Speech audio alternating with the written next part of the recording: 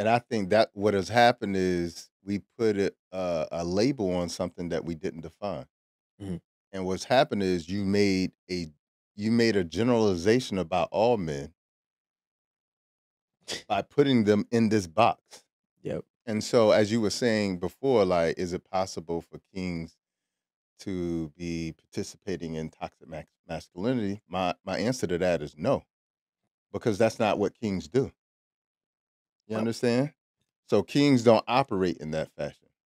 And there's a book I can't remember the name of the book, but really what that is toxic masculinity is really boy psychology.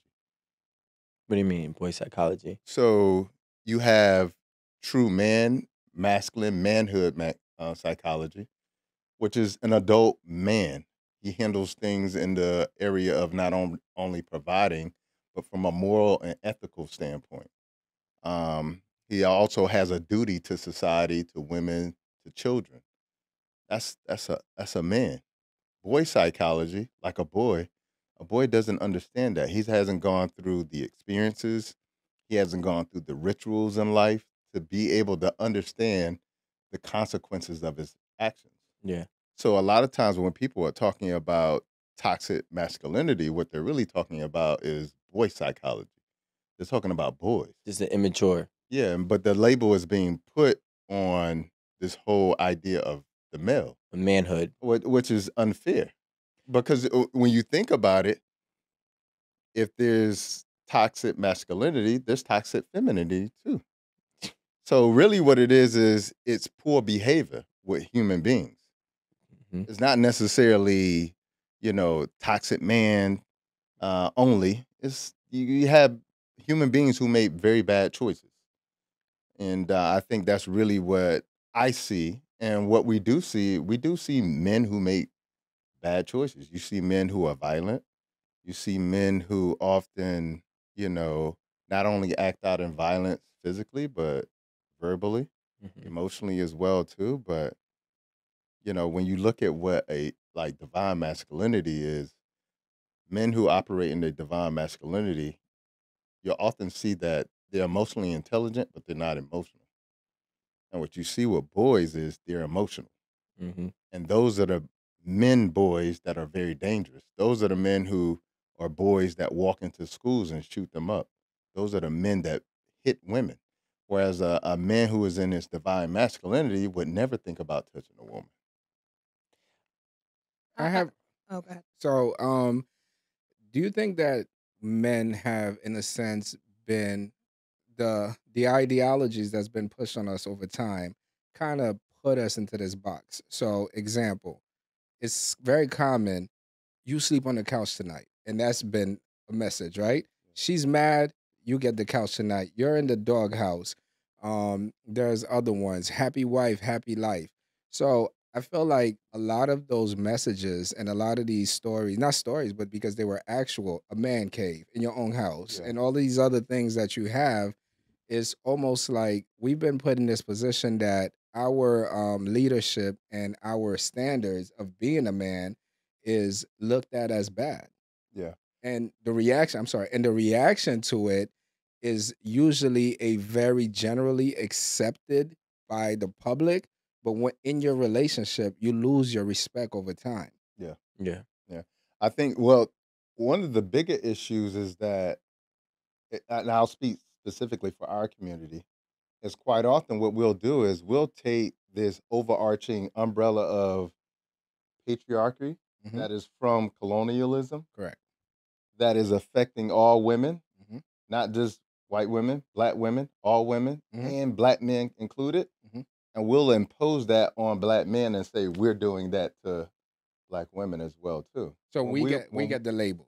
we get the label, even though we don't even have the power to make some of these decisions, like you're not voting. Like we never had the opportunity in our community to say that black women can't vote.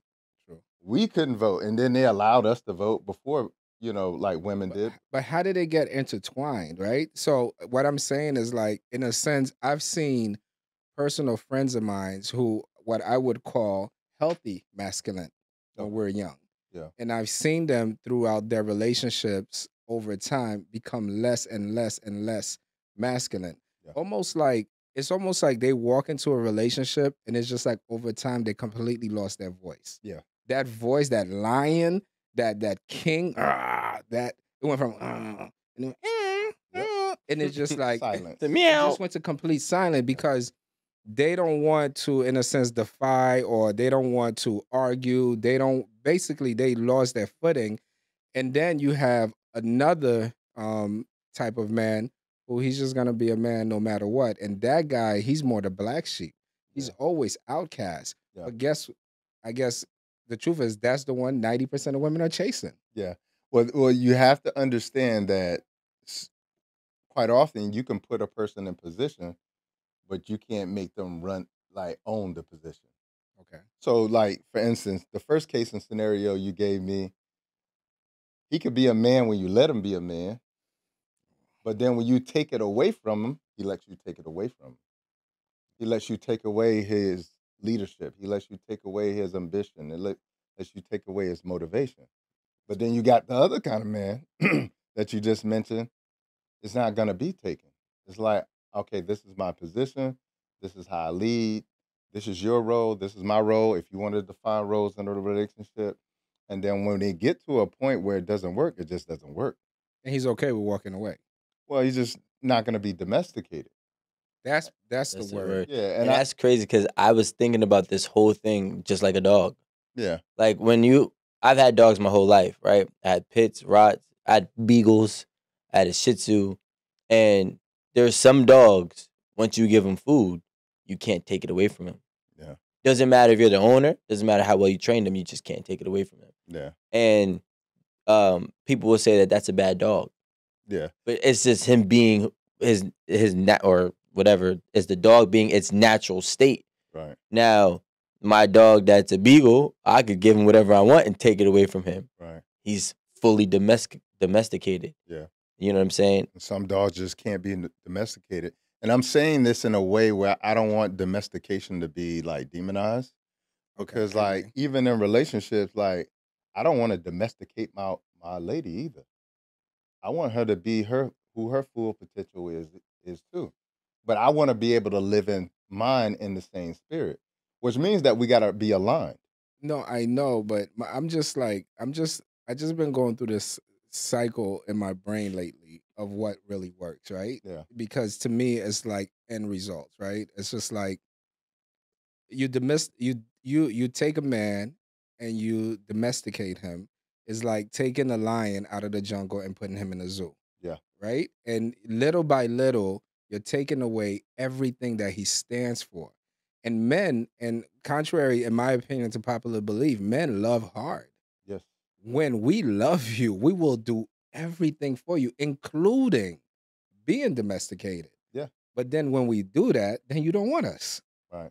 Yeah. And The that thrill is is gone. and that is the conundrum. That is, right? Because what happens is you lose she's gonna eventually lose the respect for you. Correct.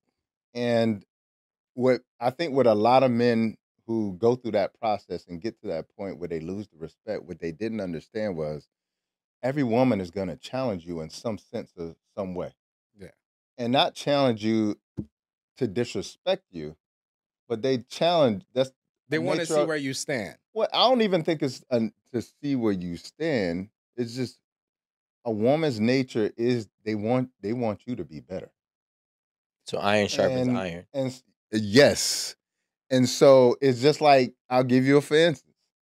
If you put 10 men in here and every day they bought the same amount of food for 4 people, Yeah. I guarantee you in 30 days It's gonna be it ain't 4 gonna people be eating. 10. It's 4 men that are gonna rise to the top. And then eventually it's gonna be one that rises And above them all. and distributes the food. Yes. And so that's what I'm saying. Like when you come into a relationship, it's not necessarily a negative thing to be challenged. They talk about this in the book. What is it called? The way of the way The of superior man. yes. The way of the superior. That's a They good talk book. about this. They talk about how a woman does challenge a man.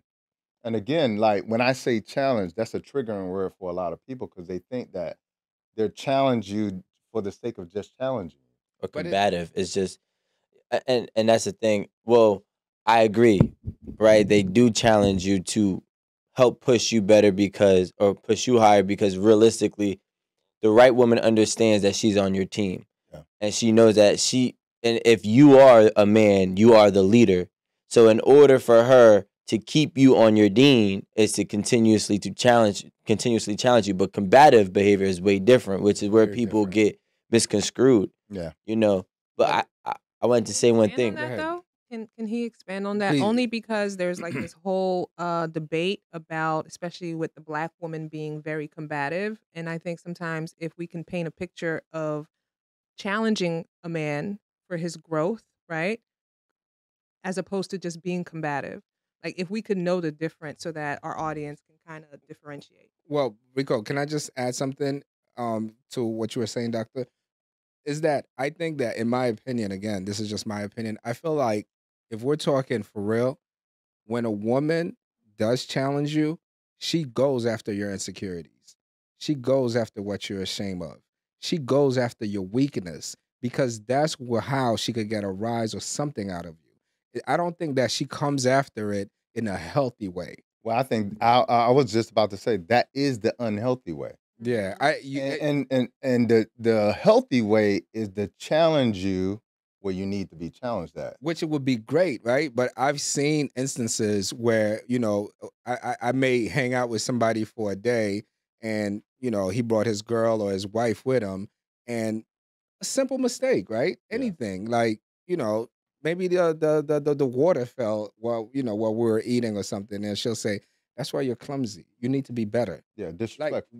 that's disrespectful, and maybe he was clumsy when he was a kid, right? Yeah, And that's a triggering word for him, and she knows that shame still binds him, yeah, and she knows that because he probably expressed that to her, like, "Hey, when I was a kid, my dad always told me, not me personally, because my dad was very supportive, yeah. but what I'm saying, he could have been like, my dad always told me, you don't even know how to hold a cup." So it's like I feel like a lot of times, what is a healthy way to challenge a man? Because I think a lot of women physically they're smaller than us, so they can't really come at us. So what they have to be smarter than us. Yeah. And when they hit, that's why my ex-boyfriend drove the Bentley and you over here driving this little. Yeah, And yeah. you're like, why?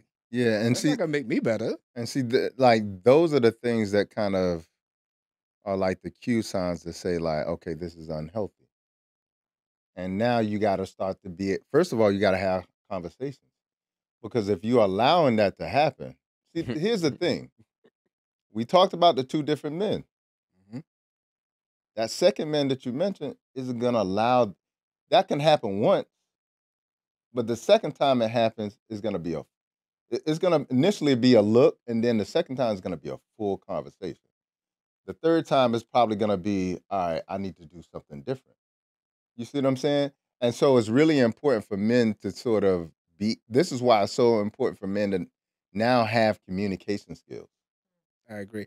And a lot of men don't have the communication skills to kind of, because a lot of people don't know what they're doing because they've been taught wrong. And that was the question: is what's the narrative? I'm asking you, Rico, and I'm asking you, Dr. Price. Like, what narrative, what false narrative and myths can we break? Like, why is it if we're fighting, and I'm not condoning this, if we get into a fight, why I gotta go to the couch? You go to the couch, Right. I've done that. right? Do you see what I'm saying? I don't No, mind I going to the agree. couch, but why is the narrative like I gotta be the one that's put below and beneath and humiliated? Well, I think in society, men have typically been put in a role where we're always sort of like subjugated to be second in the family. So, like, when we're walking down the street, I'm on the side of the curb.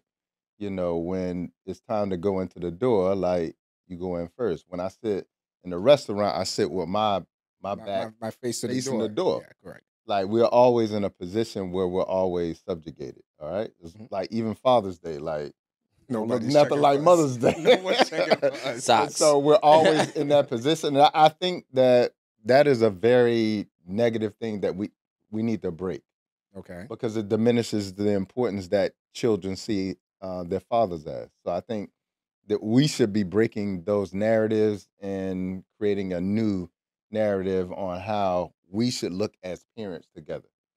But I think also what's really important is, again, like there are so many unresolved traumas and dramas, not only in us individually, but in how we think about relationships. Because when you look at the narrative that is on the internet, most of the narrative you hear within our community, you don't hear any of that going on in other communities. They're not talking about the conversations we're having, they're not even having those conversations. But And why? Why are we here? Why? How did Well, we get here?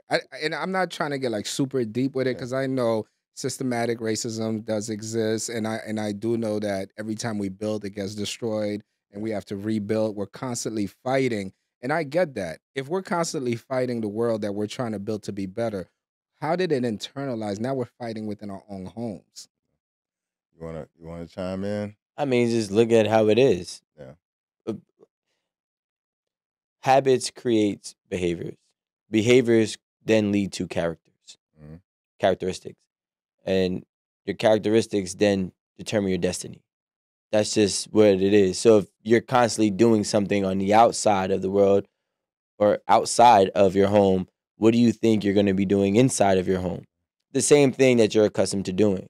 Like when we talk about toxic masculinity, that is now a new day and age term. I really believe that it was derived just from trying to equal the playing field. Okay, let's take if a man has too strong of boundaries, he's controlling.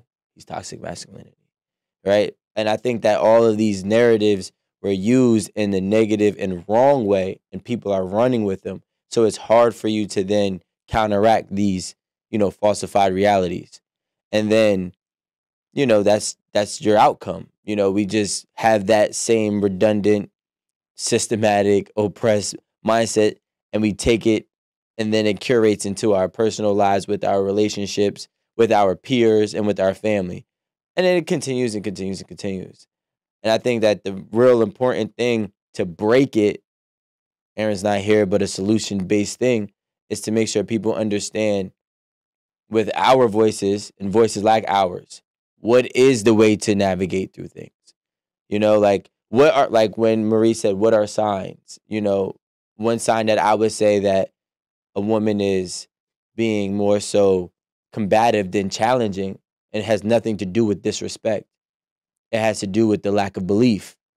So if I say, hey, you know, put this oil in the pan instead of this oil, and she goes, you sure you know what you're doing?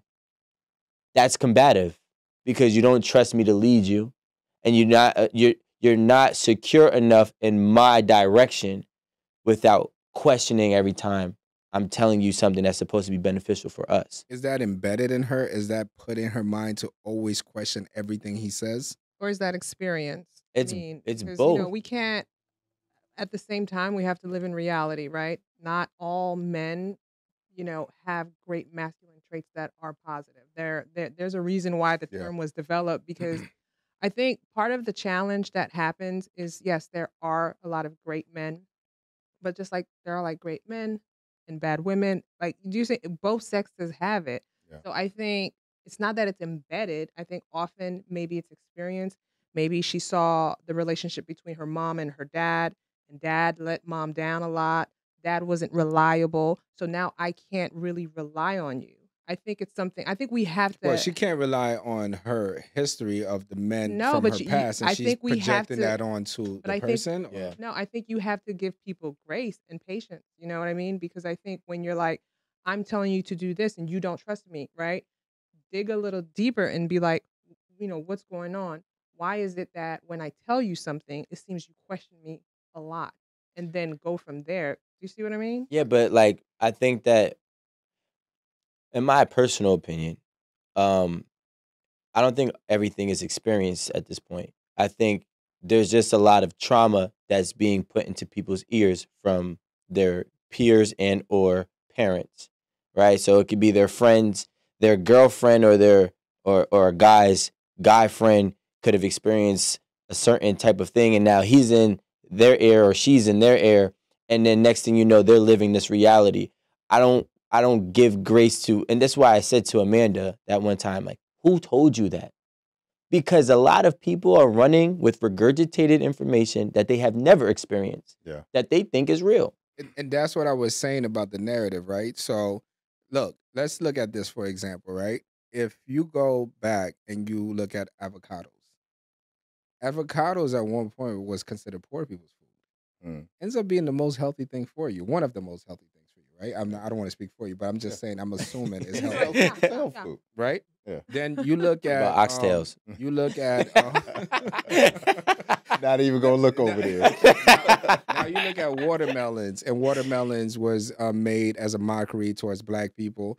I just looked at a video on watermelons. I did not even know the benefits of watermelon. Yeah, It is crazy amount. incredible. Huge amount. Huge amount of benefits, right? So now let's take avocados and we take watermelon, two pieces of I don't know if they're fruits or veg, but they were shamed upon. So the narrative is shame on you, shame on these, right? So everyone might have stayed away from it. And then somebody discovered, oh, no, these are beneficial. So we're going to go back to this. I say that to say sometimes if a man is 30 years old and the woman you're dating, she's 30 years old, you're not going out every night. We're going to fix our credit. We're going to save some money and we're going to buy a house. Yeah. That's Get a on man, my with page. vision though. Get on my page. And she's like, nah, my girls aren't. No, get on my page. Yeah. And I think that the minute you say that, I feel like the world comes against you. That's when you're the bad You're the watermelon. bad guy. You're the this. Like, why? Because I want to build something? Yeah, but the way I look at it, brother, and that's why I just said, when you have a vision as a man, and you know where you want to go with your life, with your potential family moving forward, and if somebody doesn't want to go with you in that direction, and it's a positive direction, it just means that you're not aligned. You see what I'm saying? It doesn't mean that they're a bad person. It doesn't mean that, like, they can't take instruction. Maybe they can't take instruction from you. Maybe they need to take instruction from another type of guy. Maybe he's a more toxic version of you. Maybe he's a more religious version of you. Doesn't matter what it is, but I always tell people when there's no alignment, you can't go anywhere together. And I think the other huge things that's really important is that you have to understand the amount of programming that we're getting in our community as well. Tremendous. There's a tremendous amount of programming we get from our music that we love, and there's a tremendous amount of programming that we get from the artists that make our music. Because just look at what the women are saying in the music, and then look at the ones that are married and what they do in their life. They're not congruent. If you did what they actually did in their actual They lives, don't then most of the times. no. Right? But what I'm saying is, if you look at a lot of the celebrities who are married, Mhm. and if women actually did what they did and not what they said in their records, Completely different people. it'll be very different. Correct. Because they're two juxtapositions. Yeah. So we're getting so much programming from there. We're getting programming from the internet. There's a reason why a lot of the same kind of conversations and videos keep popping up. There's a lot of positivity on the internet about Black love, relationships, love, and coming together. But those don't come up in the algorithm. But do you feel that my question for you guys is this: like, there's Santa Claus, right? And then there's Christmas Day, right? We all know Santa Claus is not real, right? Yeah. But as a kid, if that's what you're trained to put this facade of fantasy inside your mind, you kind of go with it, right? As a black goals, black couple, however it is portrayed, right? It's like, well, we got to do this, we got to accomplish this, we got to accomplish that, which is very doable. It's very realistic, it's very doable. But why is it so difficult for us to start sprinkling reality in our situations in love? Like, hey, listen, sometimes we have good days, my wife and I, and sometimes we have bad days. Yeah. Sometimes we gotta work through things. Sometimes it's tough. Like, it's not good all the time. It has good in it. It's more good than bad. But there are times that is really not good. Yeah. And then we work through it and then we fight through it. Dieting, right? Well, you seem to have a tremendous amount of discipline, but there are days that you might have been challenged when you were going on that journey. You might have said, man, I know I gave up this, but I might be thinking about that. I mean, you're far gone from that now, but Yeah. it's like sometimes why not expose a little bit more? I think maybe people could connect. Like, I think for us, we've been shamed so much that we need to be perfect on stage all the time. Yeah, and that's impossible. It's impossible. Yeah. One of my mentors one time, he was doing an event. He was doing this huge event in a hotel and everything else. And I came, I had a t-shirt, V-neck, looking fly, just doing my thing. And he was like, yo, you can't come in here like that. I was like, why? We paying these people. We're fine. We're just structuring things for the day. And he was like, yo, there was times I couldn't even come to the front door of the hotel. And then I had to come around the back of the hotel. And you have to understand where I'm coming from. And I'm trying to tell him, well, times are different. And I'm trying to say, why do we have to dance so much for that? We're the ones that's bringing in the crowd. Yeah. Like, you have this new generation. These girls, they want to do what they want to do. They want to shake it. They want to pop it. And they want you to say it's okay. And then you have me, which I feel I'm an older generation. I'm like, yo, it's all good. But it's like saying you're not saving for retirement. Yeah. You acting like you're not gonna get old. You know them young girls ain't for you. Like Yeah. this is my big thing. It's like I don't know. For me, like it's so simple. It's like, all right, if I'm a traditional man, which I am, that means that I can't be with a woman who's not traditional. It doesn't make a woman who's not traditional bad. It doesn't make her like, like she should be thrown from society or she shouldn't have the love of her life. She's just not for me, and I'm not for her. That's all it means. And I think like people make this far too complicated. I look at things in a very simple light. Okay, look, and I'm very honest too. That's why I wish Stefan would have came tonight because he'll tell you like, he'll tell you yo, what it is. you know where I stand. So you just straight up. Yeah, in a nice way too. Like, How do you do it? Like, let's just say Dr. Price is dating, beautiful girl. Yeah. You like her. Yeah. Good family. Yeah. Good education. And then she just did that thing that you like. It just I wasn't instantly say something. right away. Instantly. See his Like, face. like His face. yo, it's like 2 minutes, and because I always, yeah, I literally process first Okay. because when you care about something, emotions are gonna come up first. Correct. Yeah. So I process. It takes me like So you got to feel the emotion first. You I allow allow myself to feel it. Feel the emotion. and I ask myself what it is. Is it my shit or this is something Hurt. we need to deal with? Okay. If it's mine, I don't say anything. I need to deal with that. That's on me. Okay. But then if it's us, I'm saying something On the spot. on the spot. Like How do if you we out adjust? at dinner, I'm like, yo, let's go to the car real quick. Let me holler at you. Let's talk. Because I don't, what we got going on ain't for the world. Okay. In private. Yeah. In private. And so I'm going to have a very detailed conversation about not only how I felt, but like what my standards are, what my expectations are. And then I want to get her point of view. Okay. Tell me like, what were you thinking in that moment? So then maybe I got it wrong. What if she got combative? I'll be honest with you. I never get that. Okay. I I think the key is that you're not combative.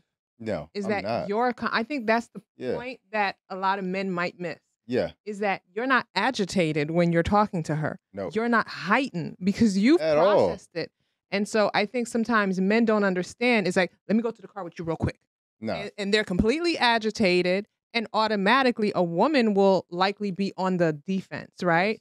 And I think expanding and explaining that you're approaching it in a calm Yes. way. You never see. They never see like I honestly I never spaz out about anything. You stay on your cool shit. Yeah, because I do the processing first. That is, I learned that Got a lot of years work to ago, do because and I never really understood it. I think my wife and I, we were like having a disagreement about something, but I was really upset. Yeah. I mean, it was like really, really upset. And then I took a second to feel the emotion. And when you feel the emotion, you actually could control the energy Yeah. for it to go how you want it to go. You're like, oh, that's the emotion that I'm feeling. This is what I feel at the moment, and this is what it is. And then you process it. Yeah. But one of the things my brother Richard always says, he's like, a lot of people got broken DPMs. I was like, what the hell is a DPM? He said, decision making process. Yeah. He says, a lot of people's DPMs are broken. Yep. They're just bad. They don't have good DPMs. It's like whenever you see somebody act out, just be like, yo, that DPM is no good. Because that decision making process, that part of their brain just doesn't operate well. And let me tell you something. The way you handle, and I don't like that word handle, but for lack of better words, the way you handle a woman in a moment where you have concerns, the way you handle her, it makes all the difference. She'll be able to trust you. When I tell you, like, that delivers so much trust when I'm upset and I'm telling her, and let's say she actually did something wrong. Mm-hmm. And when I'm telling her how it made me feel and why I'm upset, but I'm saying it in a way where I love you. Okay. You can't do it like this. Okay. This is gonna kill us. I want us to be together. It's like a warning. It ain't even a warning. It's a profession. I'm professing how it's gonna go, how I feel, and also not only how I feel, but I'm communicating my standards. I'm letting her know, like, all right, you said you wanted the traditional man, right? All right, like, I'm always in a mode of protecting you. But I can't protect you if you don't let me. If I switch you from the being on the outside to the inside, I'm not controlling you. Like, I'm telling you, I'm willing to take the hit from the car for you. Like, so you got to be able to surrender. Like, and this is gonna require me to surrender too, because now I'm talking to you now, like, I'm feeling some kind of way. Because you're upset. Yeah, and I'm upset because I love you. But I'm trying to I'm surrendering in this moment, but I need you to surrender in your moments too, so that we can be vulnerable with each other. Now, that's how you act when you could be vulnerable when you feel protected, but it can't be a one-way street. You can't feel protected and I don't. You see what I'm saying? No, I agree. But there's also the back. Look, there's another side of the spectrum on that approach. Yeah. That does not go the way that it may go for you. That's right? exactly what's going so on like, in my mind. in the reality, I feel as if there are men out there who try that approach and they get shunned.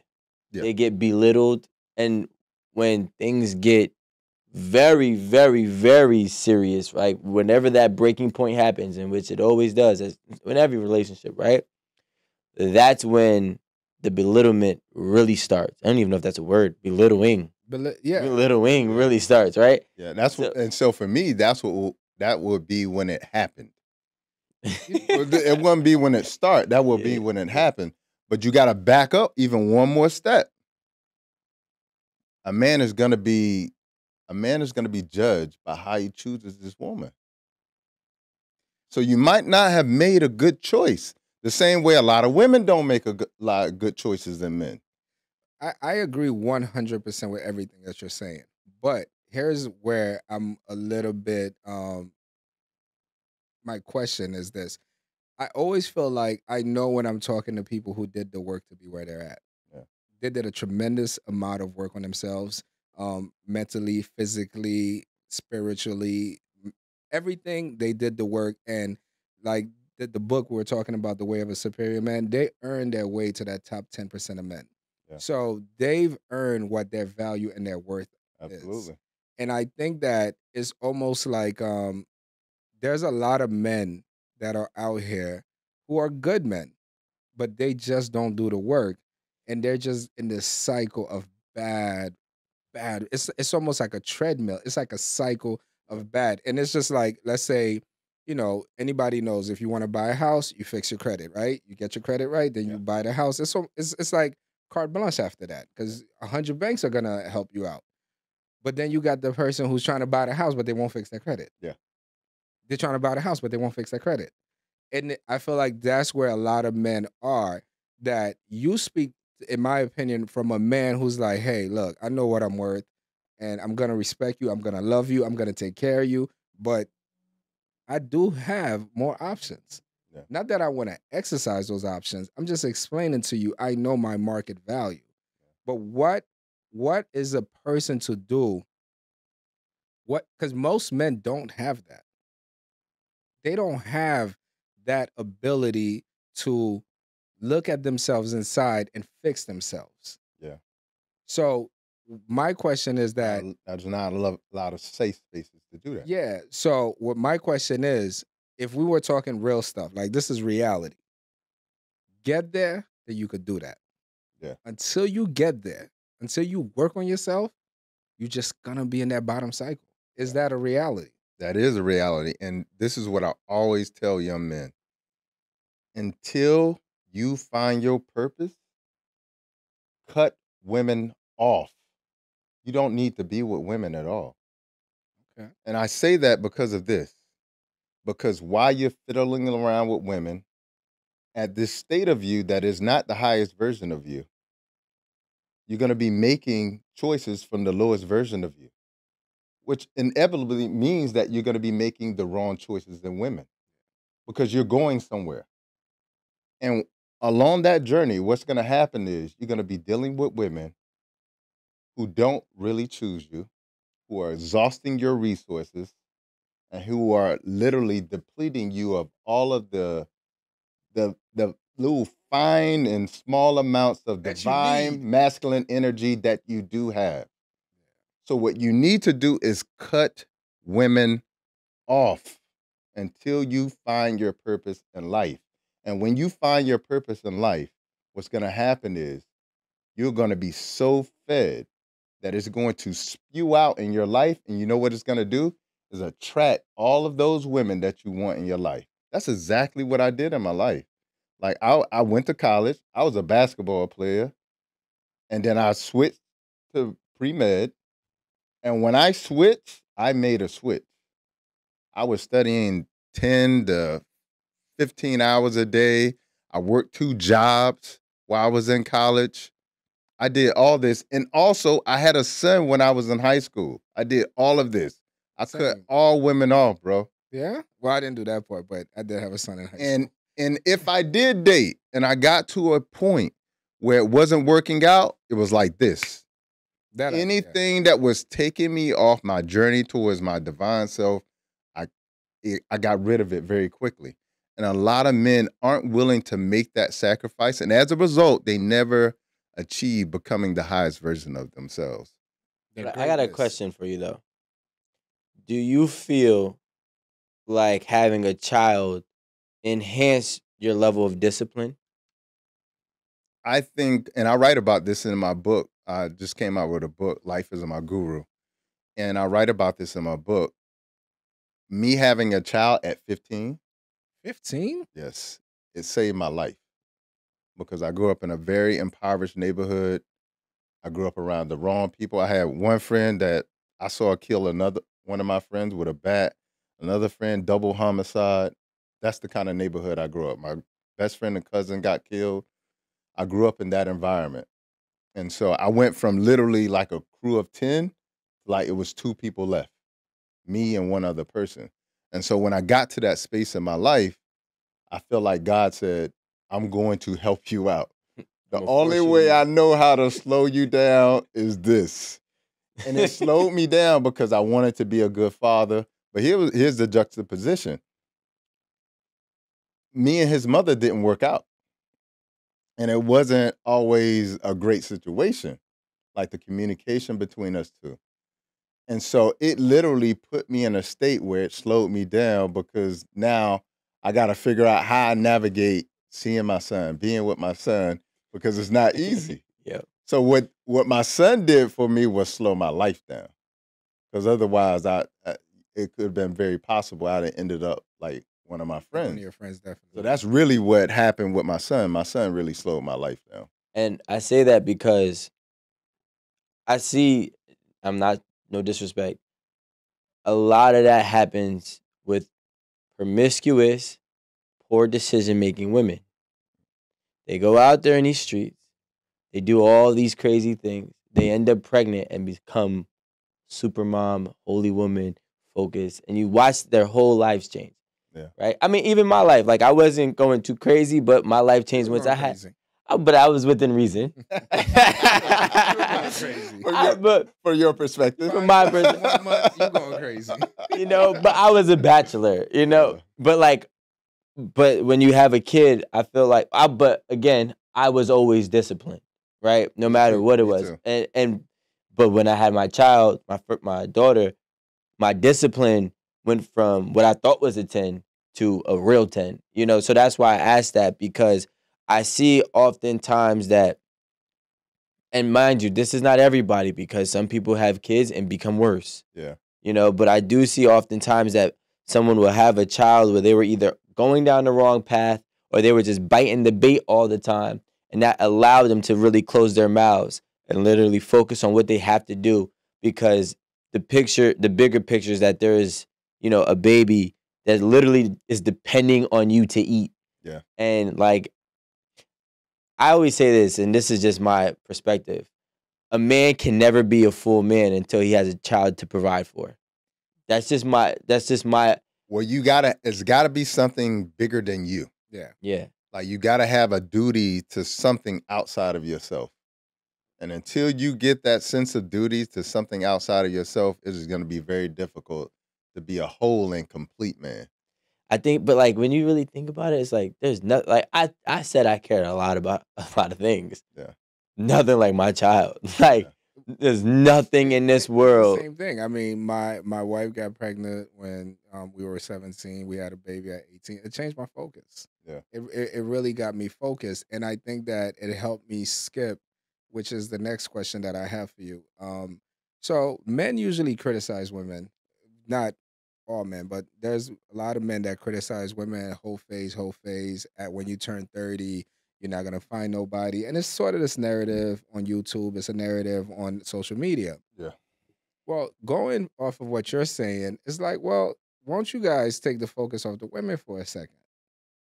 You're dating, you have no resources, you don't have anything, you're 21 years old, you're spending most of your time going to a club buying bottles that you really can't afford. Right. You're doing all of this stuff. You're doing the most at the end of the day, and you're playboying around, and you're 21, 25, 26, 27, and you're kind of like wasting your best years. Your best. Your Yeah.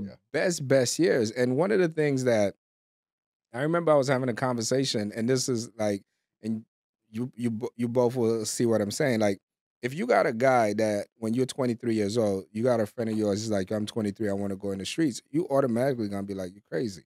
Yeah. The entry to the streets is 12 years old, 11 years old. If you're not in by 11 or 12, just leave it alone. Forget about it. Because that's how young you need to be to understand and survive, or even potentially survive. That's the training period. That's really your training period, right? So isn't that your training period as a young man, 20, 18, 19, you're gonna need 10 years to get a skill. Yeah. So if you start at 21, you'll have it by 31. If you start at 19, you'll have it by 29. But if you start at 30, not that it's impossible, but I think that we exhaust ourselves. Like, it's just more difficult when you get older.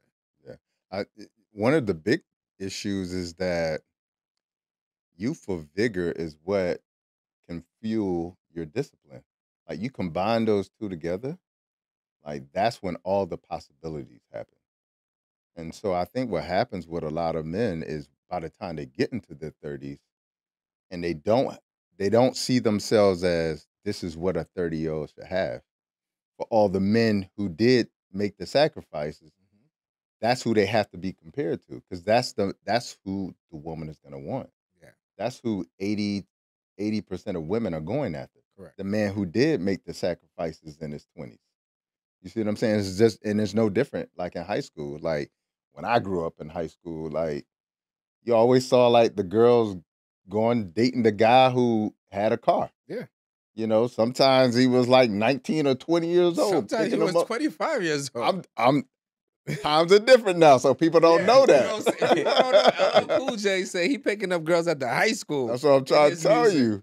And That's so, like, creepy. again, like, That's creepy. you know, but that's the juxtaposition. It's like women get to see their best years during those times. Correct. We have to work Yeah. and earn and grind during those times. And I think that's where a lot of men are making mistakes. And I think it's easy for men to make this mistake.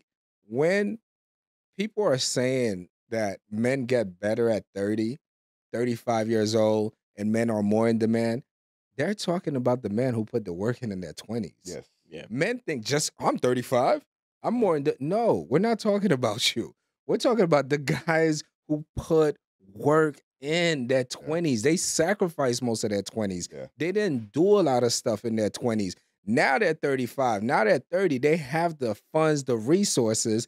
But if you're 35, you're 30 years old. Yeah, you're 35, 30, and you're a man, but what are you gonna do for her? So one thing I want to make sure that we also understand is that when we're talking about this, we have men and women. I'm just gonna put them into the generation topic now because I don't even think it's a gender thing. You know, when growing up, the age group that I'm in, we watched millions upon millions, more likely than not, people live their life backwards. They would work from 20 to 45, 50 and try to live their lives at 50. Yeah. And then we understood that they never were able to live their lives and they were miserable majority of their lives. So now everybody in nowadays is trying to live their lives forward. Yeah. That's why you got women that say, okay, don't settle down, go have fun for your 20s. That's why you got the men that's like, yo, you know what, I'll get to that. And they're more procrastinating. Yeah. Now, there is foundational proof. You know, there are proven concepts that if you do, you know, live life according to the previous generations, there are provided results. But now we're having, for the first time in life, more provided results of 20, 21, 24, 27-year-old millionaires than ever before. Yeah. Right? So I think that we're just at a point in life where there's no balance because we've proven your method wrong, but you've also proven it right. And you're proving our method wrong, but we also have some people proving it right. So now you got people caught in between the two. Yeah. And I'm not disagreeing. I just think that the old ways took too long. Yeah, but the thing about it is this, like, I'm just gonna say that number is just highlighted more today. It's the same number it was 30 years ago. The same amount of millionaires back then that were 21, 22 years old is still less than 1%. Like, it's statistic, it's less than 1%. But are there more people? No, same. Because that 1% Even can be a different 1%. Even with let's say 40 years ago there was 209 and 250. I don't know. Let's say it was 275 million people in the U.S. Right, and let's say today it's 350. Just hypothetically, that's 100 million people more. It's an additional 1%, but that actual 1% number never moved. Yeah, it's more people, 1%. but it's still 1%. Yeah. So what happens is that That 1% is still going to be It's equally still- distributed. the odds are still the same. The odds are the within same. within the total population. And there's still 99% of people that's not gonna see that. So, Yeah. you know, as I get older, I realize a couple of things. One is that when you're 25 years old, there's a lot of things you could get away with. You know, that when you're in your 40s, it's like, bro, what you been doing this whole time? Yeah. Right? There's a lot of things that you cannot get away with when you get in your 40s. And the thing about it is, like, you know, my dad always used to say this to me, and he still does. Doesn't say it as much anymore, but he used to say, "You'll meet me there." Because he was in his 60s back then. He's in his 70s now, or even when he was in his 50s. I'm like, Pops, you don't understand, man. This new generation, you don't get it. He said, "You're gonna meet me here." Yeah. Because I'm already here. You gotta come here. And what happens is that when you waste most of your youthful years as a man, you need that time back so you could get right. You know, like, people don't talk about this, but there's a high poverty rate in seniors. Yes. How did they get there? And that poverty rate is not going to change as much. because they're trying to relive the youthful years that they gave up. and they They're trying can't to take the trips and and they're hanging out and they can't create the catch up bucket to it. list. And you know, the thing about it is, I never really like to say things because it sounds so boring. It's like having to talk to a financial advisor. Who wants to do that? It's boring. Yeah. But the truth is, you need those 10 years. You need them. But you gotta blame y'all because kids are coddled at 21. We back then, y'all had to get out the house and figure it out. Yeah. Now it's all right. Let me stay in with my parents till I'm 30 years old. And then you allow your child to live with you till they're 30 years old and then tell them at 30 years old you should be good. No, they still have not lived real life. Yeah. It's the same thing I say to everybody, right? I was kicked out of college, right? I was kicked out of college when I was 20. Everybody graduated around 21, 22. And when they came out of college, they were still my friends. They're like, yo, I'm graduated. I'm like, that's good for you. Guess what? I've been living the real world for the last 2 years. It's not the same. And I watched them have to figure it out at 24 and 25.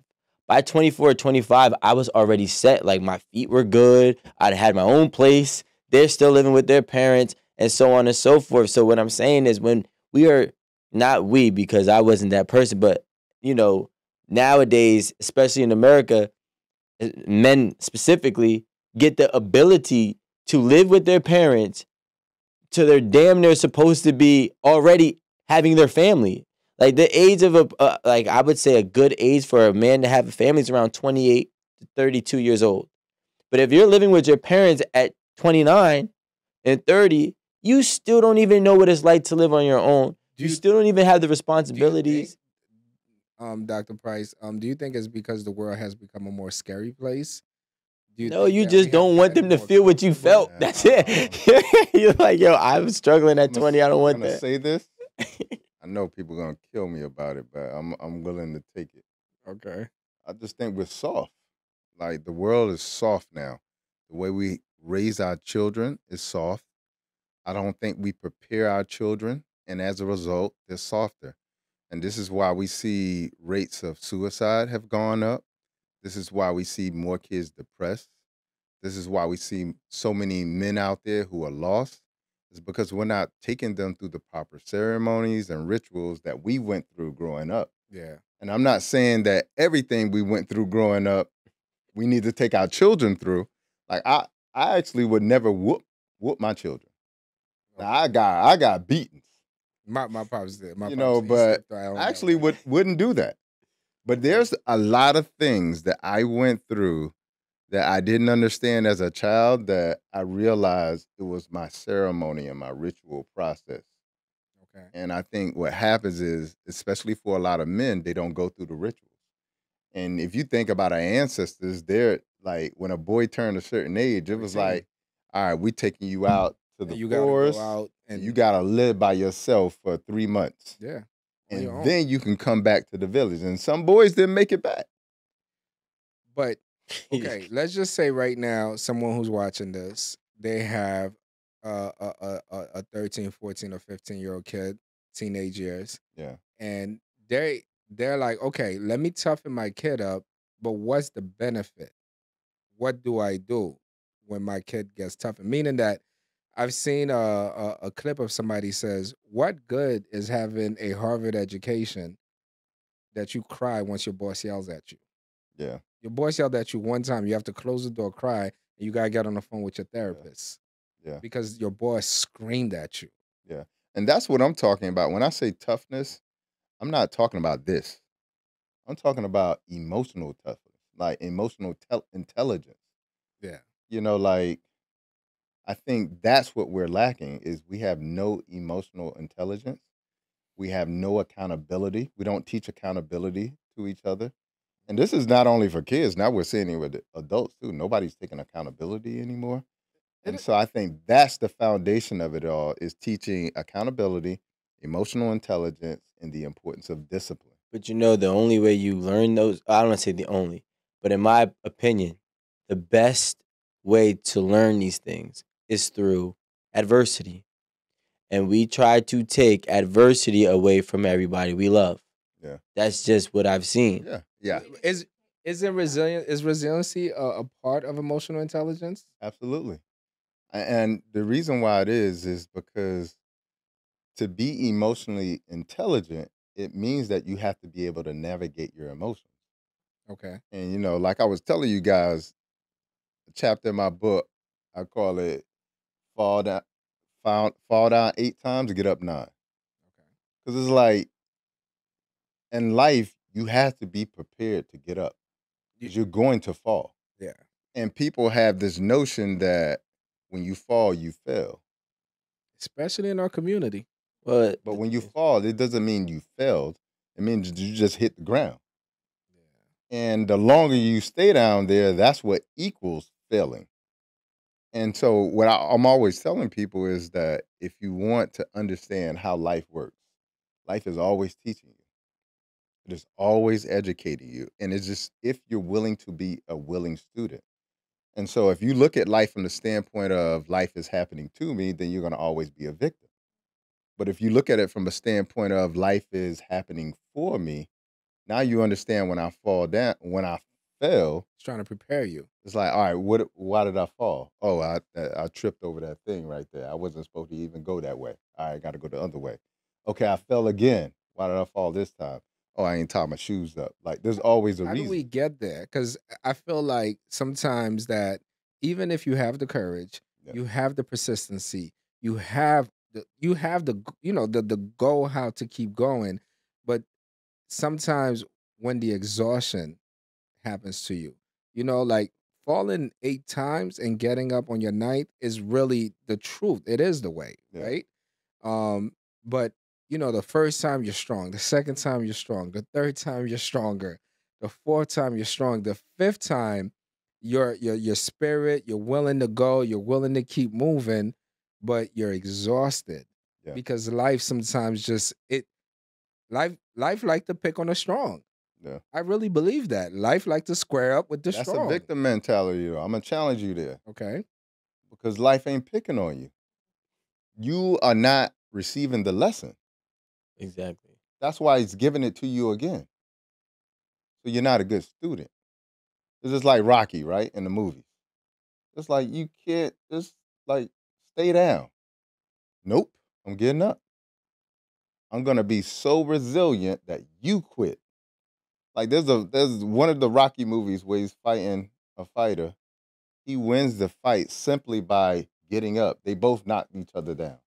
Yeah, I think I remember He That's gets a very- up, the other guy doesn't. That's the only reason why he wanted to fight. You look at him at the end of the fight, he looked looked like he lost crazy. the fight. that. Yeah. I remember. But he got up. But that comes from understanding that this game isn't about, who could throw a punch. Could take a punch. I could take a punch because like I want a lesson. I want a lesson. Hit me. Throw that right hook so I know where to duck.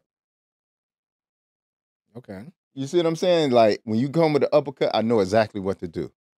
That's what life is just trying to teach you. And if you can't get that, if you got a bad vision, a peripheral vision, and you can't see that right hook, you getting knocked out. Well, And if it's you gonna just- always come. you don't got no heart. I think the thing is, it's not that if we change it, right? Change the concept of getting knocked down. Yeah. First and foremost, nobody gets knocked down 7 times off the rip. You got knocked down twice, had to get back up 3. Yeah. Then you got knocked down 3 times and had to get back up 4, so on and so forth. So it's never that it's exhausting. If anything, it's just building endurance.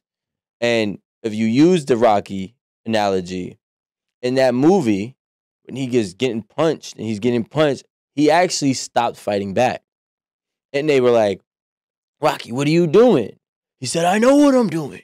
Mm-hmm. And what he was doing was he let the person throw all the punches that they can. So he understood how hard it can hit. And then he attacked once he knew that that person was weak. And that's how he won the fight, right?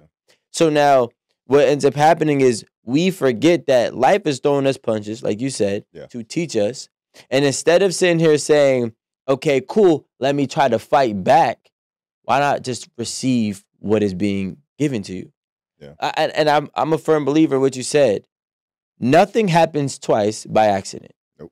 So if something's happening to you redundantly, it's because you're making the same decision in a different way. And life is saying, yo, I'm trying to get you to go left, bro. And you going right. You just want to go right. Like, and you're not listening. Yeah. But how do you take that, right? How do you take that and explain to someone who basically who's destroying their future? Yeah. Like you looking at the person, you like, you know, Rico and I had a conversation, and we have conversations all the time. Now it's different. Yeah. Like we have great conversations, but before, let's say a few years ago, I'm like, nah, you got that in about 5-6 years. Yeah. He should be like, nah, nigga, 5. Oh. He be like, nah, my boy. Like, nah, my boy. 5-6 months. Yeah. And then now when we have a conversation, he's like, nah, I got a 5-year plan. I got 7-year plan, because it does. I was take reaching. time. I say 12 months now. But like 5 more years, I'm hanging this shit up. But the thing that I'm saying is, like, if we're talking about like a generation of young men, whether they have wealth, whether they blue collar working and doing well, whether they have no money, all three are in a lost space, Yeah. like completely lost. Yeah. You know, it's just like there's no backbone. You let these women talk to you any way they want.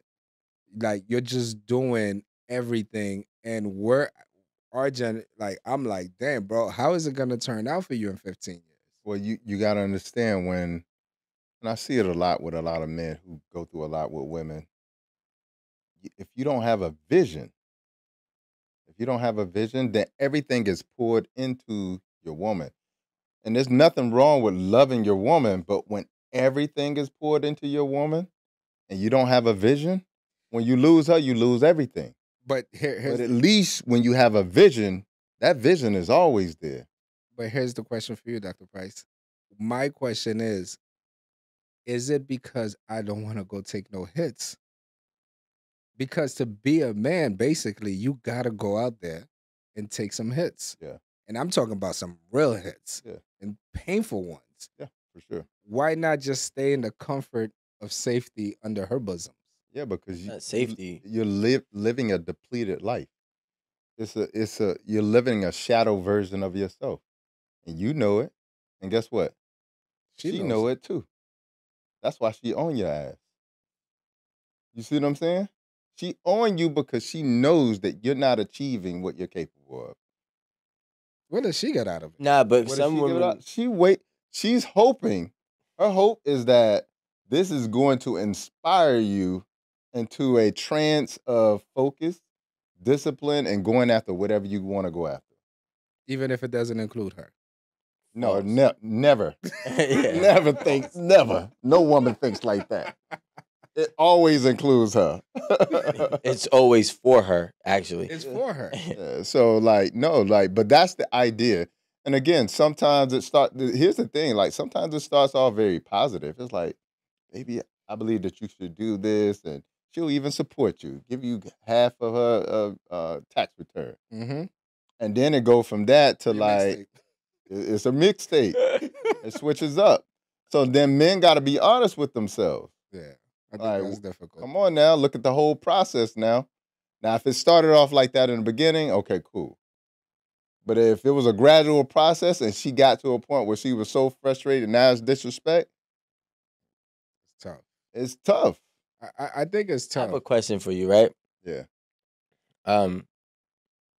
If there was ever a point in time, which there had to be, right, that you were really down in life, Yeah. right?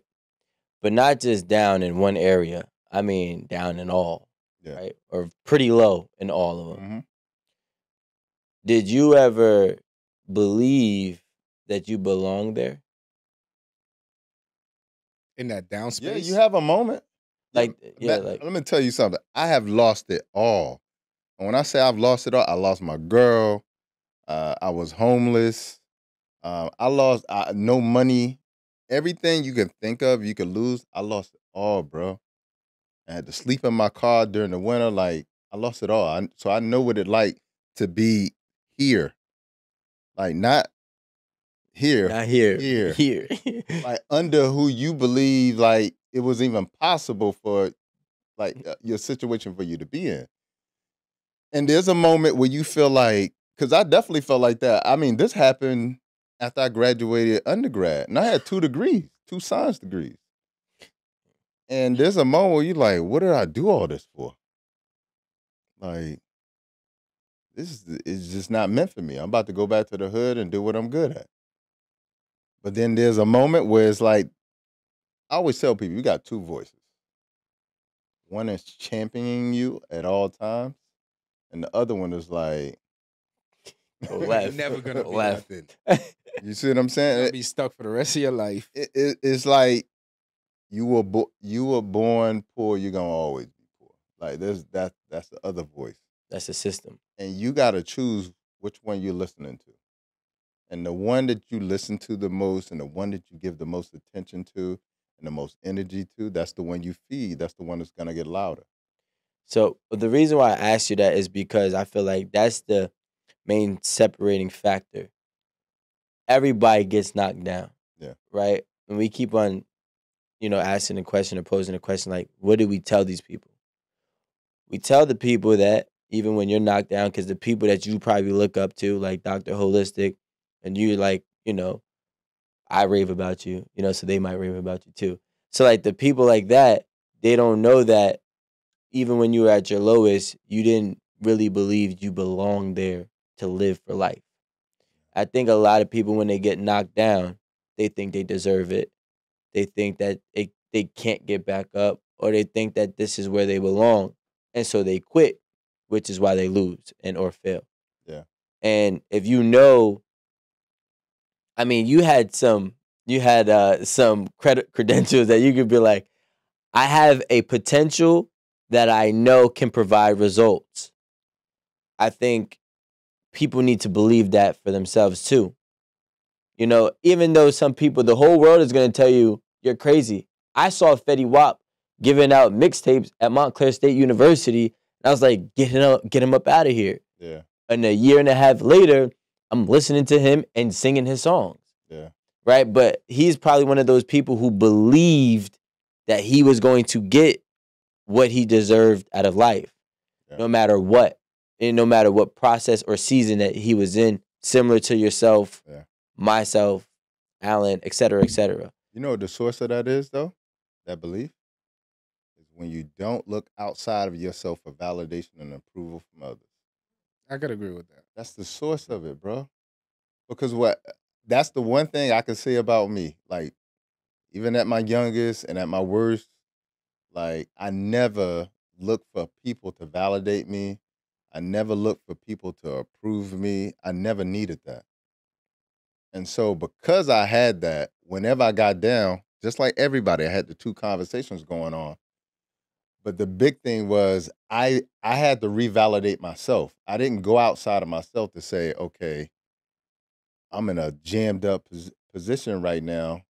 I need to go get my girl back. I never thought about going to get my girl God. back. Yo, It- and it men Never do that. thought about that. I'm like, I'm thinking to myself, I'm trying to get my stuff together and focusing on myself. so I this can isn't get- who you are. Yeah, and You don't belong here. I'll give you another story. This is an even better story. When I was in the 7th grade, I was telling you about I watched a friend kill another friend with a bat. I lost my best friend and cousin that same year. I go from the 7th grade to the 8th grade. Now that year before, I was reckless because nobody's thinking about this 12-year-old kid acting out. has witnessed the murder, lost his cousin. Like, he's gone through something. Nobody thought to give me therapy.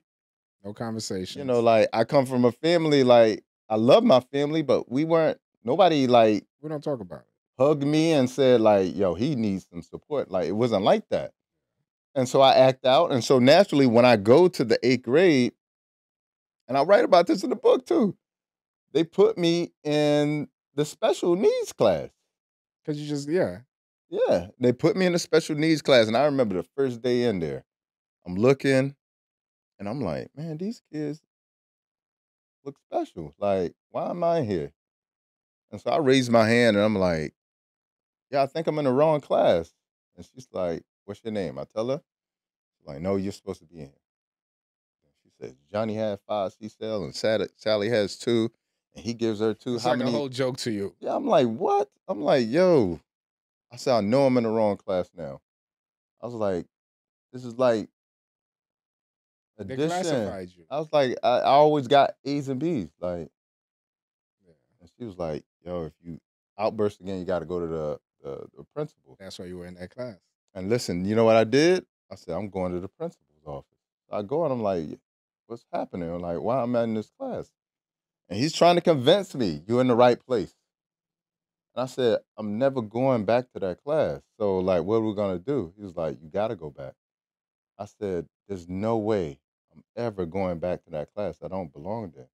And he finally tells me, "Your mom has to sign a waiver. That's the only way you can get out." Mom comes to the school, signs the waiver.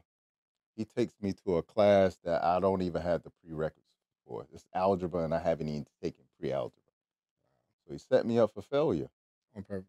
And when the teacher saw me coming into the class, and it's an AP class too, and she's like, "Are you gonna be trouble?" Because like, again, like I grew up in the hood. Like I had gold fronts in the 8th grade. Like I'm trying to tell you, like So it's that's why. intimidating. You coming in like, Yeah, like what's he doing here? It's like I don't look like the other kids.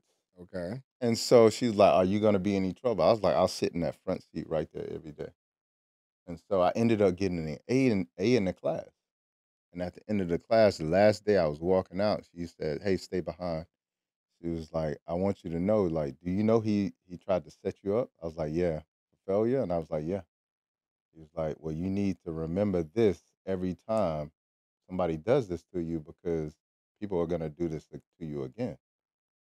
So you gotta understand in life, like that's how it is. Like you're always gonna be put in positions that you don't want to be in. You're gonna be in places that you don't belong. But you have to be brave enough to say, "I'm in the wrong place. I don't belong here." And when people try to still keep you there, like they tried to keep me there, you gotta be brave enough to say, "I'm getting the hell out of here by any means necessary." And so that's where the resiliency comes from. It comes from every moment of life. Life is not trying to put you down into a box. What it's trying to teach you is the importance of you standing up for yourself and knowing where you belong. Because every time I did that, it said, "Okay, you know where you belong now. All right. So we in the good classes now. You're gonna do your work. All right, you're doing your work now." The next year, I'm doing my work, and a professor comes to my class and he was like, "Hey, I heard you got like 100 on the anatomy test." I was like, "Yeah." He was like, "I want you to meet this doctor." So he takes me to the doctor, and I meet him, and he was like, "Tell me all the bones in your face," and I tell him all the bones in the face, and he was like, "All right, so you need to go to this class and this class and this class and this class," and that's what happened every time. Every time somebody put me in a position and then they try to throw me in a box, and then I climb out of the box. Somebody else showed up and was like, "I see you," and that's what people got to realize. Like the world isn't against you; it's just trying to make you affirm the direction that you're going into. Safe to say that when life gets harder, that's about to be your biggest blessing. Yeah, That was well put. yeah. That's an incredible. It's like So it's do an you feel like that incredible made you journey. toxic? No, I'm kidding.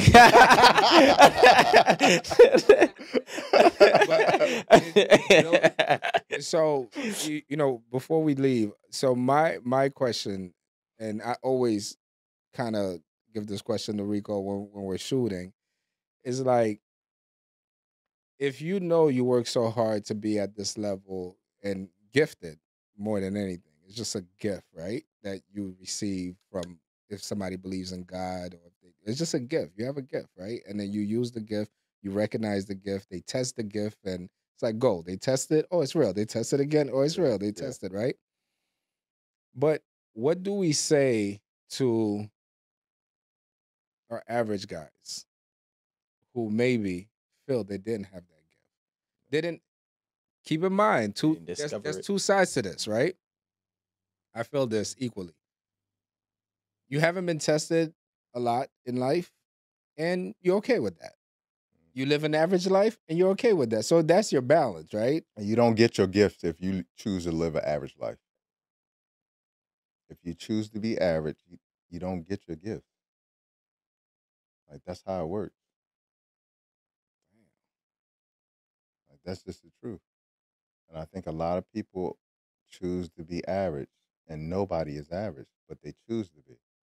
So you don't get the opportunity to experience your gifts. So let's just say you have a kid out of high school, it's circumstantial, I did. and you got a good woman, she got a good job, and then you end up getting a good job at the GM plant, and you just work, and then you save your money. Are you happy? Probably not. I'm just saying, if you're happy, you're good. If you're happy, you're good. Okay. But are you Yeah. fulfilled? If you happy and you fulfill with your family, Well, you want it to be a you DJ. good. You want it to be a DJ. You like, Okay, "Nah, you I'ma wanna leave be a that- DJ, But you like, then- I'm gonna leave that alone. I'm gonna focus on this. Now 20 years pass, and I'm just like, yeah, No, I'm good. 20 years past, that's when he starts DJing. Well, but that's part of the emotional intelligence that I'm talking about. Most people overlook how they feel about a situation. They know they want a DJ. They feel it, but they overlook it. They sweep it under the rug. They pretend as if it doesn't exist. And then what happens is over time, it itches you so bad that now you can't hide it anymore. Life will force you to it. Yeah, but the thing is, I know we all gonna have problems, right? And we're talking to guys here. But the thing about it is, like, why run from being average? Why? Yeah, because you, yeah, but you're an exception, but not the rule. Rico's an exception, but not the rule, right? And I know that all of us crave to be the exception. Yeah. Right? So I see you on the big screen. I see you on the big screen. I'm just a Netflix subscriber. I can't get on that screen, or can I? But that's why. No. Exactly. That's really important. I'm pushing for people to be the best and highest version of themselves, Okay. not comparative to me, Rico, or anybody else. Okay. So if you achieve the best and highest version of you, you're done. You made it. You made it. Now the journey continues. It's a journey with no destination. But you're striving to become the best version of you, not to be on TV or be a millionaire. None of that stuff matters. Like me having money or degrees, it just worked out that way. It matters. It matters. Yeah. It matters to society. No, I think it matters. No, let me tell you why. In my opinion. Let me tell you I why. don't think it matters. It matters. All of this came with it.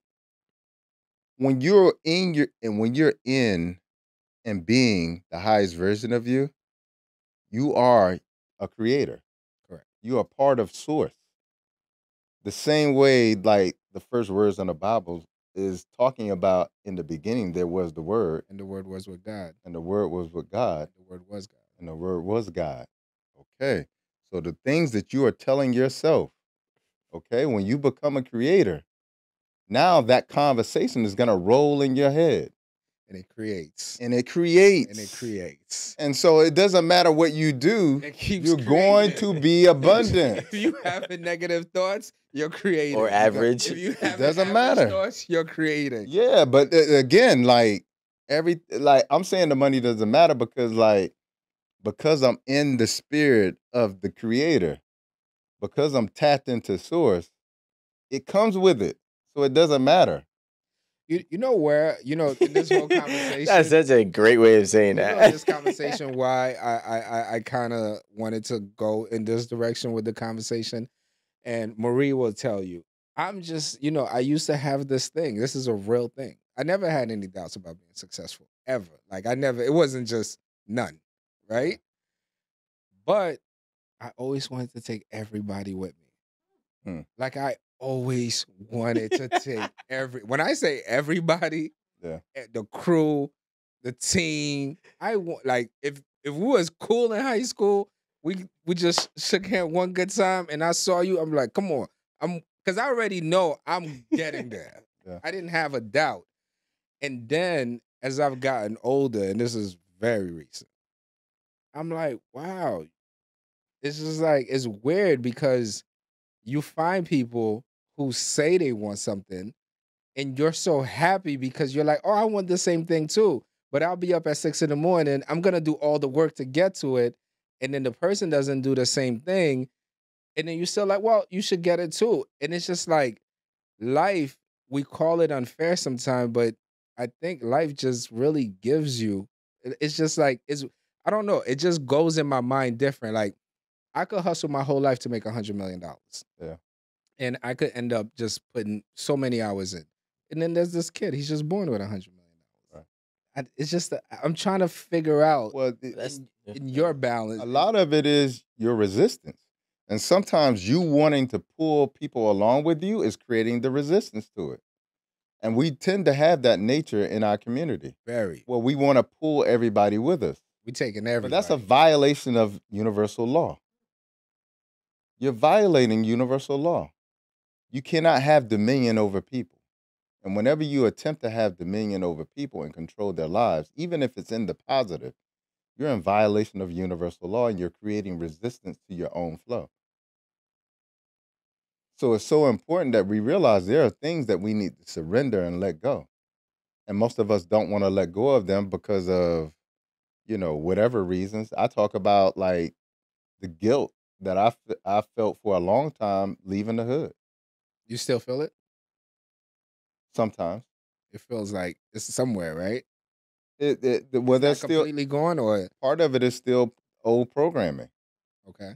You know, I spent 18 years in programming in the hood, Facts. and all the bylaws of the hood, I followed them to a T. Yeah.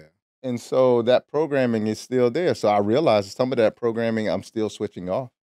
Some of it is very silent, and the new programming is louder. And so, yeah, I still feel some guilt sometimes, but I also realize how futile that is when it comes to my new understanding of how life and God works within me. So it becomes the surrendering part. I have to surrender that. It's just like in this whole space of helping people heal. You do. It requires surrendering because if I attach myself to their results, then I'm constantly going to be telling myself I either healed or didn't heal somebody. All these people you're healing, does it pull your energy? Because you heal a lot of people, even from the last episode that we did. And I know consciously, I know people who watched that episode had a lot of life changing. We were all here, like even when the cameras were off, everybody's just standing there. Like, does it pull your energy? Does it deplete anything out of you, or how do you recharge? It definitely used to, because there's this saying around who will heal the healer. Yeah. So like I think people forget like like this guy he reached out to me one time. He was like, "Yo, I was reading your life path number, and I saw your birthday, and I saw the numbers in your birthday." He was like, "Everything about you said that you were supposed to be a healer." Mhm. He was like, "So it's amazing that you are, and you're doing it in the way you are." And he asked me the same question you asked me. And at the time, I didn't have an answer for him because everything was going out. Mhm. All my energy was going out. So I felt myself saying, like, at some point, like, I probably had like 5 more years left in doing what I was going to do before I just disappeared on my farm. Because it pulls so much out of you. Yeah, because you care so much. Yeah. And I have to watch people die sometimes. And sometimes it's because they refuse to get over the food addiction or whatever it may be. Sometimes it's they refuse to resolve those unresolved traumas, whatever it may be. But like I'm there with them, and I have to experience that. And that's the part that used to really take me under. But now, through a lot of new understanding and prayer and a little bit of elevation in my life, I just have a new understanding of it. Because you could see them, like, let's just say they're eating Snicker bars, they're drinking the soda, they're stopping 3 times at McDonald's. Yeah. They're doing all of this stuff, and you see it, and like, I don't think they see it.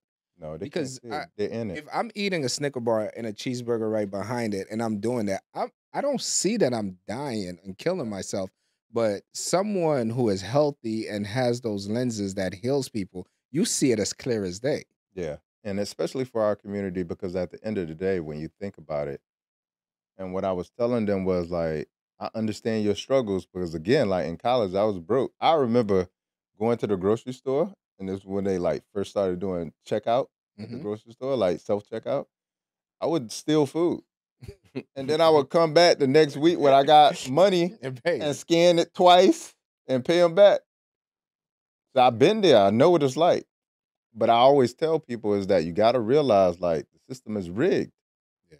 It's designed for us to eat unhealthy food. Like, look what happened during the pandemic with the whole chicken sandwiches and The the Popeyes chicken sandwich Mhm. beef. Like, who got the better chicken sandwich? fried Mhm. chicken. Yeah, yeah. And not like a guy shot and killed somebody in a restaurant. That's the level of addiction that we had to food. It But did is. you hear about what happened with that? That they actually did a test on the chicken, and I believe the Popeyes chicken sandwich had 50 total ingredients. As 48. Well, yeah, and over 40 of them were man made. Yeah, so Popeye's chicken sandwich has 48 ingredients. Chick-fil-A sandwich, just a chicken patty, Yeah. has 55. Two of the ingredients are monosodium glutamate. Monosodium glutamate makes you addicted to food. All right, so that's why they put it in there twice. It's the same ingredient inside of Popeye's chicken sandwich. It Okay, gives you that addiction. it makes you want it. Now you remember the movie that came out with Definitely Jamie like a Foxx? Chick-fil-A. The Tyrone. They cloned Tyrone. Mhm. Yeah. I didn't There's see. a- I didn't there's a see it yet. I'm gonna give you just a scene. There's a scene in the movie where they're at the table and they've discovered like the powers that be are controlling the neighborhood and they're doing stuff and they're trying to figure out how they're doing it. And people are in the restaurant eating the chicken and they're laughing and giggling. And then all of a sudden he like knocks all the food off the table. He's like, it's in the chicken. He's like, Yeah. what's in the chicken? He's like, the dope in the chicken. Hmm. And so, like, again, I always tell people, like, when evil happens, they have to show you. They have to show They you. have to put it in your face They have to because show it has you. to be in front of you, They have so to you show don't you. believe it. But Yeah. they did it already. Yeah, If people don't listen, they did it. Undercover brother. but that's the point I'm trying to make. Yeah. It's like about the whole I can't afford it. We can only evoke our power by saying no. When you look at black people as a whole, like black and brown people, if you were to look at us as a whole and our buying potential, It's we have incredible. the economy of the 16th largest nation in the world. If we just look at African Americans, our We're buying spending. power is the 16th largest economy in the That's world if crazy. we looked at it that way. All right? So when we say no to like people in our neighborhood who don't treat us well but sell us food that is unhealthy for us, it's powerful. Well, Liquor listen stores. to this. I remember this is a very, very true story. True story. So, one time, we're entrepreneurs. We're always trying to buy stuff. So one time we heard that the grocery business owning a supermarket had a sick cash flow, right? It's daily cash flow because you're selling stuff every day. Right. So usually when we go out to make an acquisition, we usually look for someone who's in the space already, someone to consult us and kind of explain to us the space. Yeah. So we met this guy. He owned like 4 grocery stores or something like that. You know what he said? He said, "Oh, for the Spanish people, you have to put this in the supermarket. And if you're in this neighborhood," he explained to us everything because it's a Spanish neighborhood. You have to put it this way, that way, this way. Or this is a white neighborhood. You have to do this all the way. Or the blacks, you just put anything in there. They eat anything. Yep. Damn. So they're just like that. Like a chicken. He's like, "Oh yeah, the blacks, they'll eat anything. You just put Whatever- anything whatever in. you put Whatever in you there. put on the shelf, they'll eat it." Yep. And I was like, and I think that's why we didn't go into that business. Yeah. Because But I was just like, that's That's reality. most of the food in our neighborhoods is addicting. It's addictive food, that was just like, which is why there's so much opposition to changing our diet. even though you see the weight, you see everything. See, yeah. like we're the worst of everything. Dialysis clinics are just as prevalent as McDonald's in our neighborhoods today. You know, like we're number one in everything. Number one in obesity. Number one in heart disease. Number one in high blood pressure in the world. Number one in breast cancer for women, black women. Number one in prostate cancer for black men. We're number one in all of it. Okay, so let's just say I live in a low income neighborhood and I want to change my life. Yeah. What do I eat? Well, first of all, I think the most important thing is again, the power of saying no, understanding the power of your dollar. Okay. Okay. And then when some brothers like you start to come through, like, hey, I want to buy a supermarket, it's like, all right, can you put some fresh vegetables and some good stuff in here for us? Okay. So that's part of it. The other part is like, like what I was telling people, on the session, what I was having with them, like, that's one of the reasons why I started a tropical fruit farm. Yeah, I heard it's real good. Yeah. So like, you know, having the opportunity, I bought it for me. Just to keep it real. Because I'm like, when you look at what Bill Gates is doing, he owns over 250,000 acres of farmland. And what he's doing with that is Mhm. not good. I'll just say it that way. Okay. It's not GMO stuff. It's GMO. It's a company called Appeal, where they put this plastic layer on the outside of veggies. It's just a bad look. And so, like, that was one of the reasons I said, you know what, I'm gonna buy a farm so I got my own food.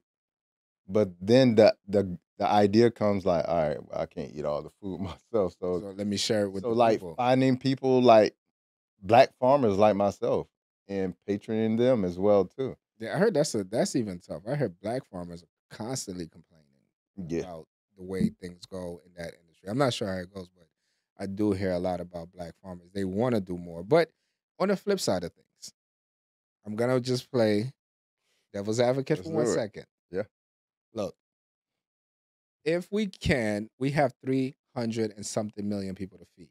Yeah. We have 300 million people to feed that are impatient. We have 300 million people plus to feed. They don't want to hear nothing. I run a business, let's say, and I'm like, look, it's a fast food, but I'm gonna make good food for you. But I gotta put, 60 pounds of chicken to put out for the day. Well, 60 pounds of chicken is not enough because they want 300 pounds of chicken. Now I gotta call the farmer. The farmer is like, well, we don't got 300 pounds of chicken that we can give you every day. So unless we inject this, Veggies So- don't take that long. Veggies easy to get. okay. Wow, I'm plant based. And I ain't gotta worry about the hormones in the chicken. So I could just eat some carrots, some celeries. Don't dump me down there. Yo. I 'Cause I'm swear, gonna tell you, people, Came a people groundhog. People be thinking people who don't eat No, meat Dr. like Price, just I'm be not gonna eating lie to you. carrots. I'm Bugs Bunny. I'm off my devil's advocate. I'm not gonna even lie to you. I really been on eating healthy, and I actually really enjoy it. Gotcha. I prefer it. Like I could cut down on the alcohol a little bit, but I love my alcohol. Gotcha. I love me a drink or two, and I love me a cigar. Okay. I did read people who smoke cigars do live longer. Yeah, Really? that's not true. I'm about to say, Yeah, neither is the alcohol either. No, the alcohol definitely. The alcohol they'll take you out. I try to tell him they to say stop the drinking beer, cigar- but he doesn't. No, I haven't drank beer in almost like 3 months. Okay. So, but the cigar, the reason, and because I smoke cigars, so I went and I was like, how? They say that when you smoke the cigar, it relaxes you so much because stress is really what kills the whole body. Mm. It says the stress that it releases, it adds to your life. Oh yeah. That's what I'm telling. Hey, yo, let me tell you something. That's crazy. Remember I was telling you about the doctor I met Mhm. before I had this idea to become a healthcare professional. Yes. He took me to the hospital, and he took me in this section of the hospital, and he's like, "You know what this is?" And it was a blood vessel. And I was like, "Looks like yeah, that's a blood vessel." Jesus, He's that like, "I'm gonna show you something." He hooked it up to the end of like a water faucet. He turned it on, and it looked like a sprinkler, like just all kind of water just coming out of all it. types of holes in it. I was like, "Why does it do that? Is that how our blood vessels are?" He's like, "That's how it looks when you smoke."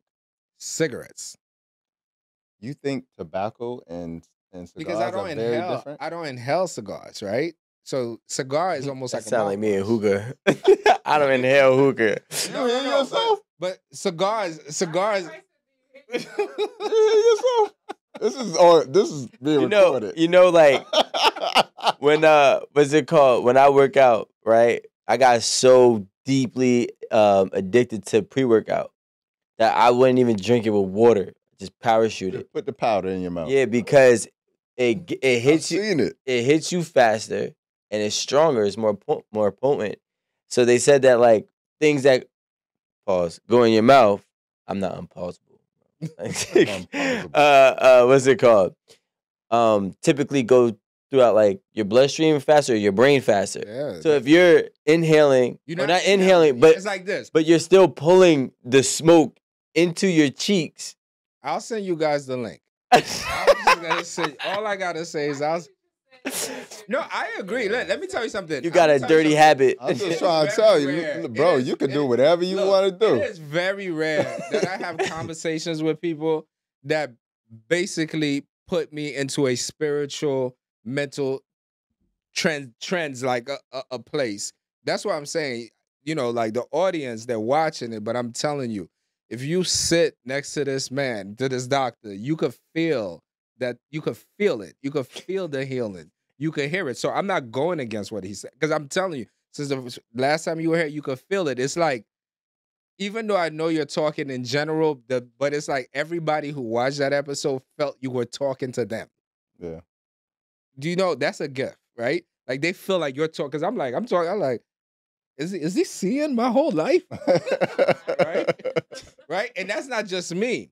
My sister Marie did the same thing. Lonnie, whoever you speak to, it happens. So I would never say that the cigar is a good thing. So I'm not promoting cigars. And I don't want you to think. I don't want you to think like But you going against me, because no, again, it's like not that. I want everybody to know, like, I love the hell out you. But what I'm not gonna do is be popping up like, yo, why you got that ham hock in your mouth? No, Like, I'm not, I don't get that. It's just I guess it's a new thing with the cigar, and you know what it is. Like when you studying something, you're only gonna find the data that favors what you want to for hear. sure. That's what I was just about to say. As Right? long as you know that. You're only gonna find the data. There's 6 data points. These 3 agree with me. I'm a go with these 3. Right? Exactly. So yeah, but you know, I guess, you know, entrepreneurship and everything else is a heavy stress position to be in. It's just heavily stressed out. The cigar, it does it. I don't encourage it. But why is it stressful? What? Entrepreneurship? I never understood when people outsource for things that is all within.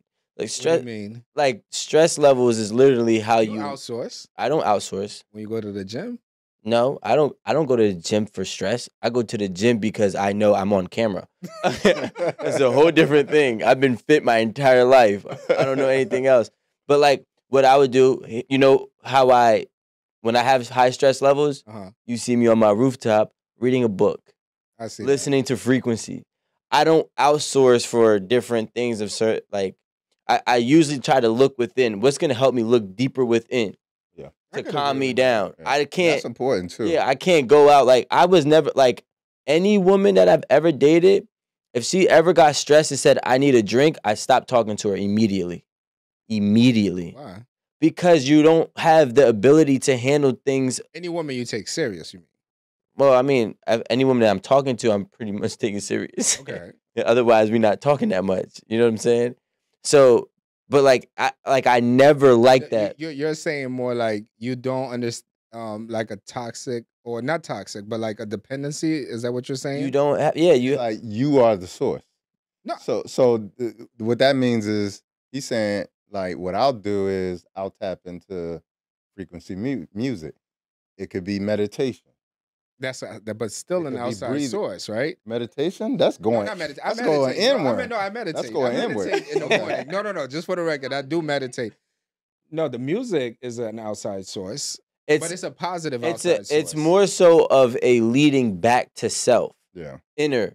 Like As if long as it does this. yeah, if it goes inward. Now, what happens is when but you're not inhaling. but the thing is, like, it's not just a sense of dependency. It's really a character flaw that allows me to know that when certain things are stressful for you, you do not have the ability to sit down and calm yourself down. You don't have any self-control of your own legitimate emotions or life or perspectives. You don't know how to handle life. Like, that's how I look at it. That's why when people get stressed out and they get depressed, I can honestly say I've been depressed one time in my life, right? And that was because reality hit me. Outside of that, You said reality. yeah, like that's when I was like 23. I was like, oh, this is real, Yeah. right? But outside of that, it's like, all right, I don't really get the press. Like I might have to sit down. I might have to revisit myself and Yeah. and ground. But like, I think that, and you guys let me know, Dr. Price, let me know. I think it's like this, in my opinion, right? Just I've been in this space for a long time, right? I've been just like a real serious entrepreneur since I was very young, right? And I think that in that whole process, you figure out different processes. Yeah. Some processes are better, some processes are not. So let's say, for example, right? During Lent, I don't drink, I don't smoke, I don't do anything, right?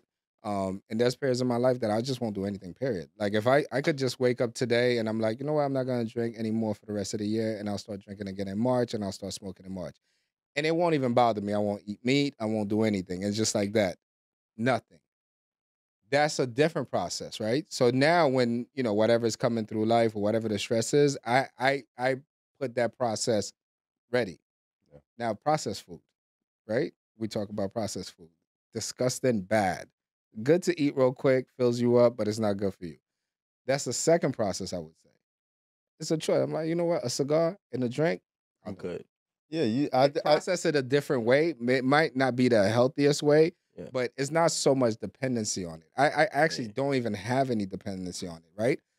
My wife and I was like, oh, you know what? The next couple of months, I'm not gonna eat any meat, any this, and I'm not gonna do this and that. And it was okay. I just my. Can I give you something? Of course, please. My gift to you would be, instead of making a half commitment to yourself, make a full commitment to you.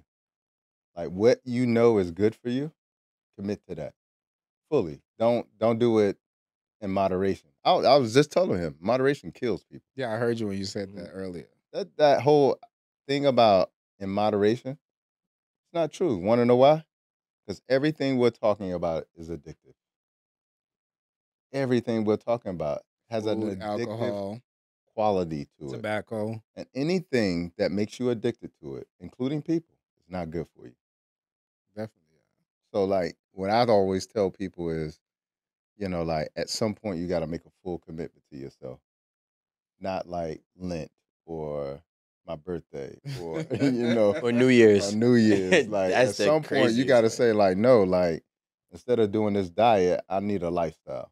That I believe in. I'm a Yeah. huge believer in that. Yeah. I completely believe in that. I just feel like, like Marie said, we do give people grace, and I feel like I've always been very, very fortunate, and I think that's part of why I really love just being a part of Eight at the Table and just being a producer, is because it always afforded the ability to meet great people Yeah. who are in these positions.